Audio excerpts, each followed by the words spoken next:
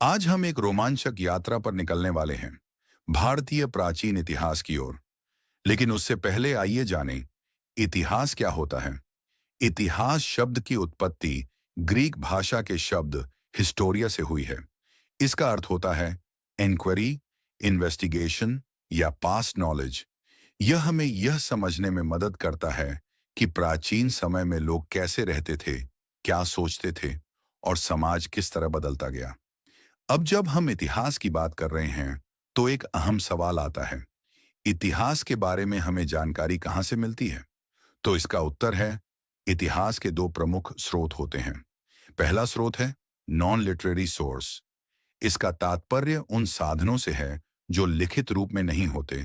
इनमें शामिल हैं सिक्के, स्मारक, शिलालेख और पुरातात्विक अवशेष। दूसरा स्रोत है लिटरेरी सोर्स। इसका तात्पर्य उन साधनों से है जो लिखित रूप में होते हैं। इतिहास को समझने के लिए इसे तीन मुख्य कालों में बांटा गया है: प्राचीन इतिहास, मध्यकालीन इतिहास, आधुनिक इतिहास। इन विभाजनों से हमें हर काल की विशेषताओं को समझना आसान होता है। अब बात करते हैं एक जरूरी बात की, बीसी और एडी का क्या मतलब होता है। बीसी का अर्थ है बिफोर क्राइस्ट, यानी ईसा मसीह के जन्म से पहले के वर्ष। एडी का अर्थ है अनो डोमिनी, एक लैटिन शब्द जिसका अर्थ होता है ईसा मसीह के जन्म के बाद के वर्ष।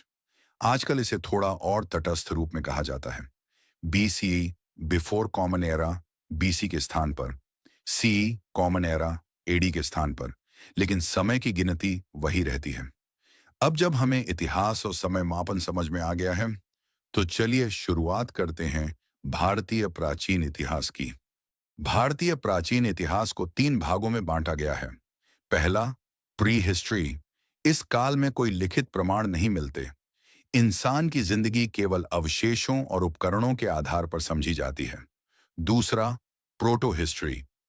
इस दौर में कुछ लिखित प्रमाण तो मिलते हैं, लेकिन अभी तक हम उन्हें पढ़ या समझ नहीं पाए हैं। तीसरा, हिस्ट्री। इस समय के बारे में हमें स्पष्ट लिखित प्रमाण मिलते हैं। इन्हीं के आधार पर हम उस समय की घटनाओं को अच्छी तरह समझ पाते हैं। अब बात करते हैं prehistoric age of India की। समय अवधि लगभग 2 लाख ईसा पूर्व से 3500 से 2500 ईसा पूर्व तक। इस काल को स्टोन एज, लिथिक एज कहा जाता है, क्योंकि इस समय लोग पत्थरों के औजारों का इस्तेमाल शिकार और अन्य गतिविधियों के लिए करते थे। इस युग की प्रमुख एक्टिविटी थी शिकार। Stone age prehistoric age को 3 भागों में बांटा गया है। फर्स्ट, पैलियोलिथिक एज, इसे प्राचीन पत्थर युग कहा जाता है। सेकेंड, मेसोलिथिक एज, यह मध्य पत्थर युग है। थर्ड, नियोलिथिक एज, इसे नवीन पत्थर युग कहा जाता है। यह युग मानव सभ्यता की शुरुआत का प्रतीक है, जहां इंसान ने प्रकृति के साथ जीना सीखा। अब बात करते हैं पैलियोलिथिक एज की।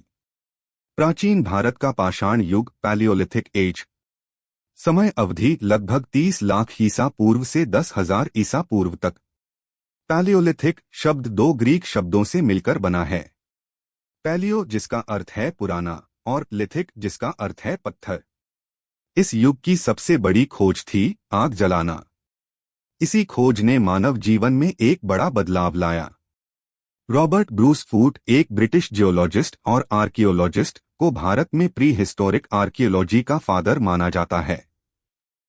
साल 1863 में उन्होंने तमिलनाडु के पल्लवरम जिले में पल्लवरम हैंडैक्स, हाथ कुल्हाड़ी, की खोज की थी, जो इस युग का एक महत्वपूर्ण अवशेष है। पैलियोलिथिक एज को भी 3 भागों में बांटा गया है: lower palaeolithic age, middle palaeolithic age, upper palaeolithic age. अब जानिए लोअर पैलियोलिथिक एज के बारे में। समय अवधि लगभग 30 लाख ईसा पूर्व से 1 लाख ईसा पूर्व तक। इस काल में लोग पत्थर के औजारों का उपयोग करते थे, लेकिन ये औजार बहुत धारदार नहीं होते थे। कुछ प्रमुख औजार थे: हैंडैक्स, चॉपर और क्लीवर्स। इस युग के अवशेष भारत के महाराष्ट्र, कश्मीर घाटी, राजस्थान के डिडवाना डेजर्ट और थार डेजर्ट में पाए गए हैं। इसके अलावा विंध्यास और डेक्कन प्लाटो में स्थित नर्मदा घाटी के पास प्राकृतिक गुफाएं भी खोजी गई हैं।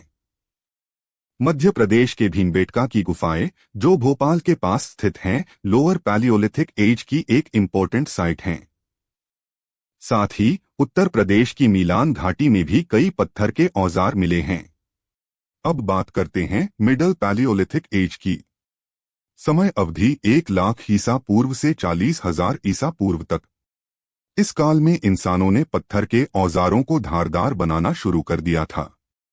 औजार अब पहले की तुलना में छोटे, पतले और हल्के हो गए थे।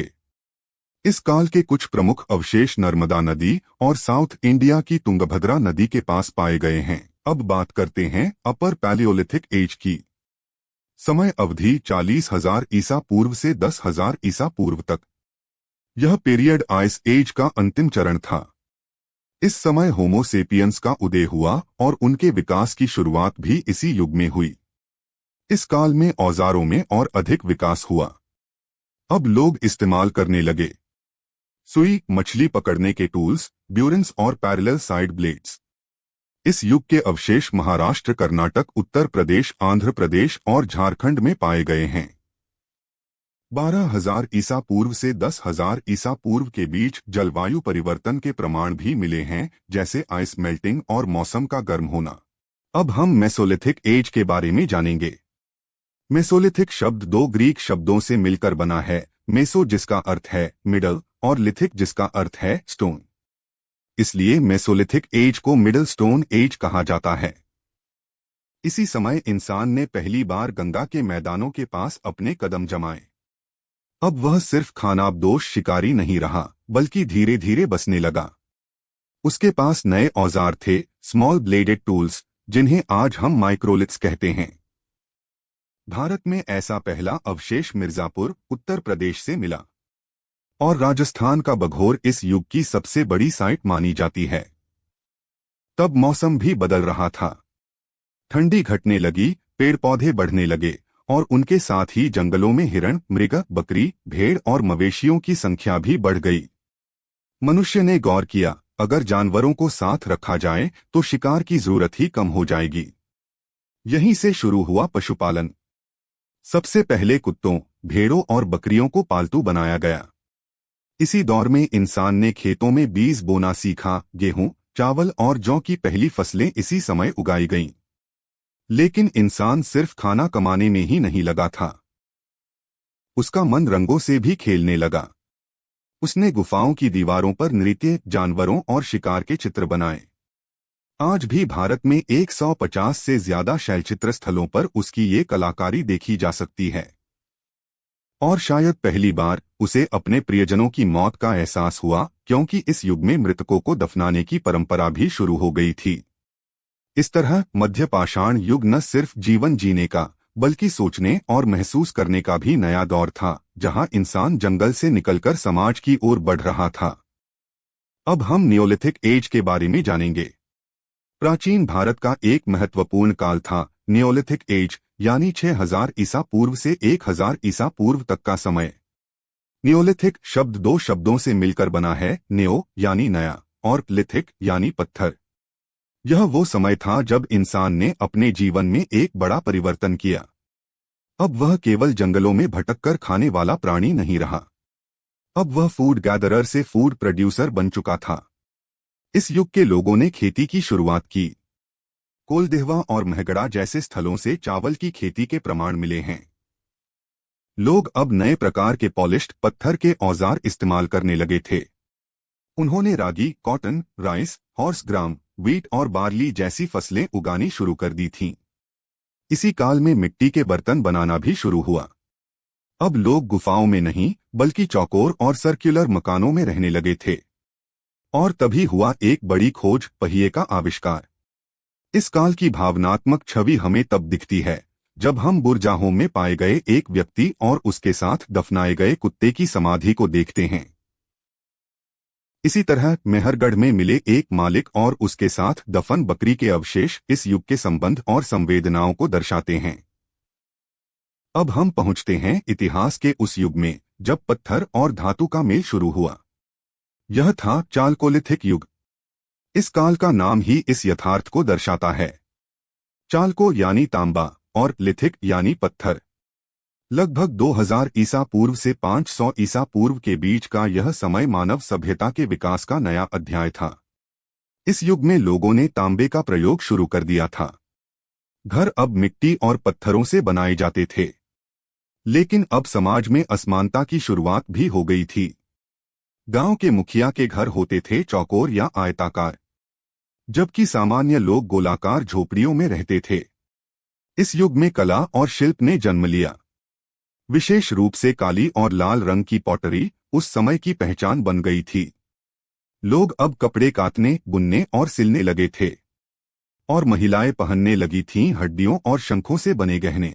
अब हम मेगालिथिक एज के बारे में जानेंगे। मेगालिथिक 2 शब्दों से मिलकर बना है। मेगा यानी बड़ा और लिथिक यानी पत्थर। इस युग की सबसे खास बात थी विशाल पत्थरों से बनी समाधियां। इस युग को 2 भागों में बांटा गया है, पॉलीलिथिक और मोनोलिथिक। पॉलीलिथिक में एक से अधिक पत्थरों का प्रयोग होता था समाधि बनाने के लिए, जबकि मोनोलिथिक में केवल एक बड़ा पत्थर इस्तेमाल किया जाता था। ये अद्भुत ढांचे साउथ इंडिया में सबसे ज्यादा पाए गए हैं। और सोचिए, उन समाधियों से हमें क्या क्या मिला है। सोने के गहने, लोहे के औजार और हथियार। इससे पता चलता है कि उस समय लोग न सिर्फ पत्थर के जानकार थे, बल्कि धातुओं का भी इस्तेमाल करने लगे थे। यही था मेगालिथिक युग, एक ऐसा दौर जहां पत्थरों की चुप्पी भी इतिहास की कहानियां कहती थी।